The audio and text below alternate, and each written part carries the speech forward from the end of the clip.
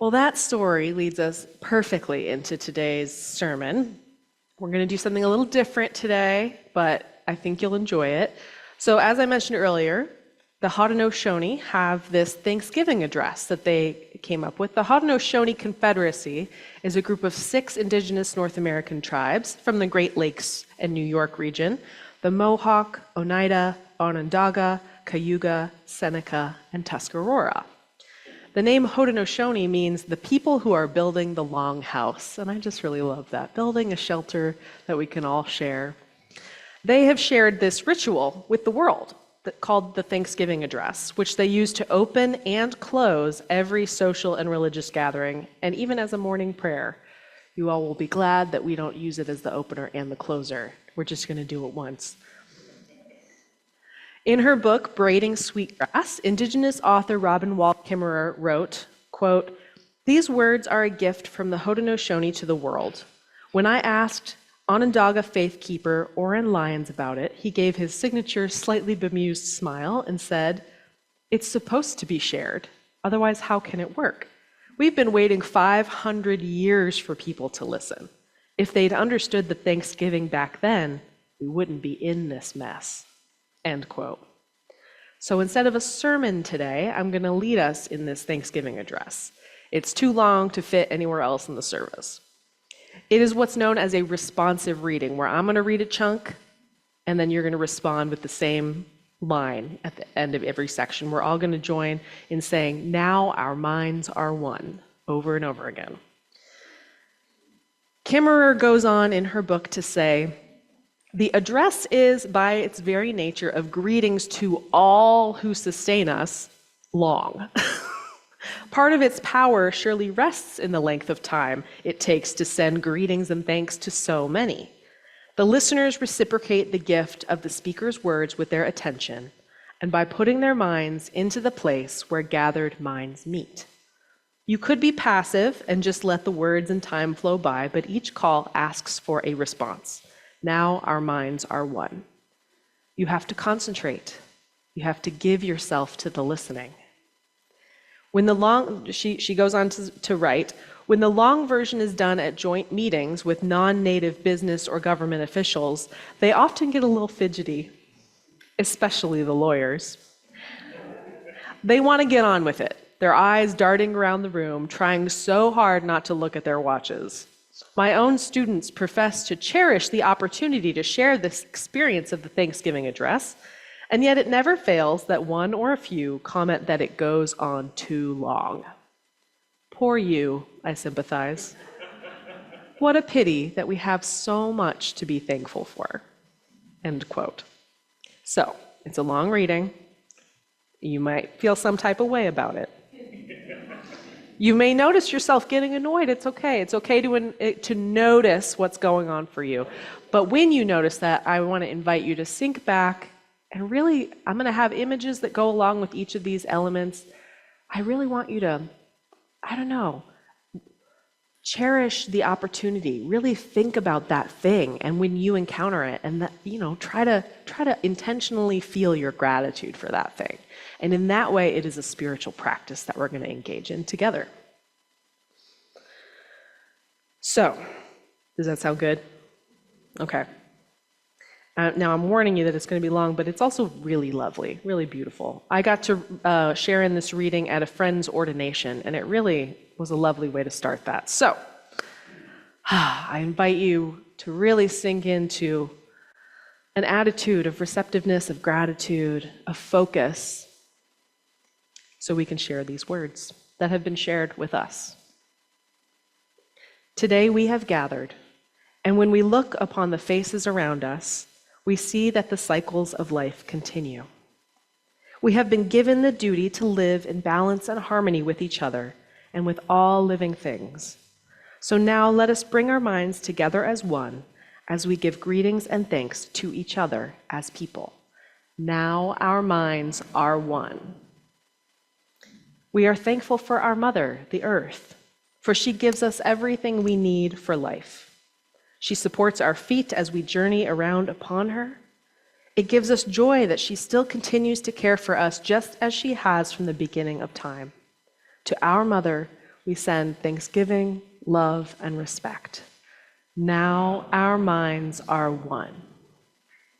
We give thanks to all of the waters of the world for quenching our thirst, for providing strength and nurturing life for all beings. We know its power in many forms: waterfalls and rain, mists and streams, rivers and oceans, snow and ice. We are grateful that the waters are still here and meeting their responsibility to the rest of creation. Can we agree that water is important to our lives and bring our minds together as one to send greetings and thanks to the water? Now our minds are one. Now we turn toward the vast fields of plant life. As far as the eye can see, the plants grow, working many wonders. They sustain many life forms. With our minds gathered together, we give thanks and look forward to seeing plant life for many generations to come. Now our minds are one. With one mind, we honor and thank all the food plants we harvest from the garden, especially the three sisters who feed the people with such abundance. Since the beginning of time, the grains, vegetables, beans, and fruit have helped the people survive. Many other living things draw strength from them as well. We gather together in our minds all the plant foods and send them a greeting and thanks. Now our minds are one. Now we turn to the medicine herbs of the world. From the beginning, they were instructed to take away sickness. They are always waiting and ready to heal us. We are so happy that there are still among us those special few who remember how to use these plants for healing. With one mind, we send thanksgiving, love, and respect to the medicines and the keepers of the medicines. Now our minds are one. We gather our minds together to send greetings and thanks to all the beautiful animal life of the world who walk about with us. They have many things to teach us as people. We are grateful that they continue to share their lives with us and hope that it will always be so. Let us put our minds together as one and send our thanks to the animals. Now our minds are one. We put our minds together as one and thank all the birds who move and fly about over our heads. The Creator gave them the gift of beautiful songs. Each morning they greet the day and with their songs remind us to enjoy and appreciate life. The eagle was chosen to be their leader and to watch over the world. To all the birds, from the smallest to the largest, we send our joyful greetings and thanks. Now our minds are one. Y'all are doing great. Okay. We turn our thoughts to all of the fish life of the water. They were instructed to cleanse and purify the water. They also give themselves to us as food. We are grateful that they continue to do their duties, and we send to the fish our greetings and our thanks. Now our minds are one. We are all thankful for the powers we know as the four winds. We hear their voices in the moving air as they refresh us and purify the air we breathe. They help to bring the change of seasons. From the four directions they come, bringing us messages and giving us strength. With one mind, we send our greetings and thanks to the four winds. Now our minds are one. Now we turn to the west, where our grandfathers, the thunder beings, live. With lightning and thundering voices, they bring with them the water that renews life. We bring our minds together as one to send greetings and thanks to our grandfathers, the thunderers. Now our minds are one. We now send greetings and thanks to our eldest brother, the sun.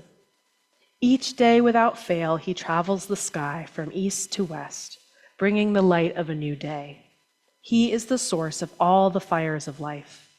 With one mind, we send greetings and thanks to our brother, the sun. Now our minds are one. We put our minds together and give thanks to our eldest grandmother, the moon, who lights the nighttime sky. She is the leader of all women all over the world, and she governs the movement of the ocean tides. By her changing face, we measure time, and it is the moon who watches over the arrival of children here on earth. Let us gather our thanks for Grandmother Moon together in a pile, layer upon layer of gratitude, and then joyfully fling that pile of thanks high into the night sky so she will know. With one mind, we send greetings and thanks to our grandmother, the moon. Now our minds are one. We give thanks to the stars, who are spread out across the sky like jewelry. We see them at night, helping the moon to light the darkness and bringing dew to the gardens and growing things. When we travel at night, they guide us home. With our minds gathered as one, we send greetings and thanks to all the stars. Now our minds are one. We gather our minds to greet and thank the enlightened teachers who have come to help throughout the ages. When we forget how to live in harmony, they remind us of the way we were instructed to live as people. With one mind, we send greetings and thanks to these caring teachers. Now our minds are one.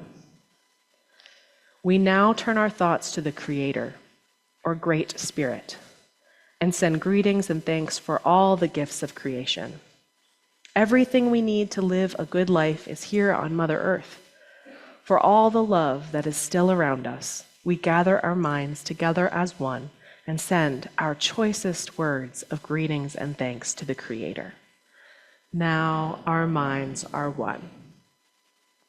We have now arrived at the place where we end our words. Of all the things we have named, it is not our intention to leave anything out. If something was forgotten, we leave it with each individual to send such greetings and thanks in their own way. I invite you to speak aloud anything that you feel extra grateful for. Music, family, community, friends, health. Thank you. Now our minds are one.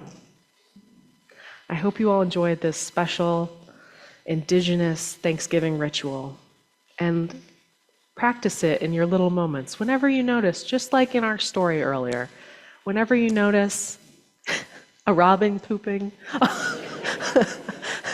or a particularly crisp cucumber or a quiet moment with your cat, just notice and be thankful because it makes them all the sweeter.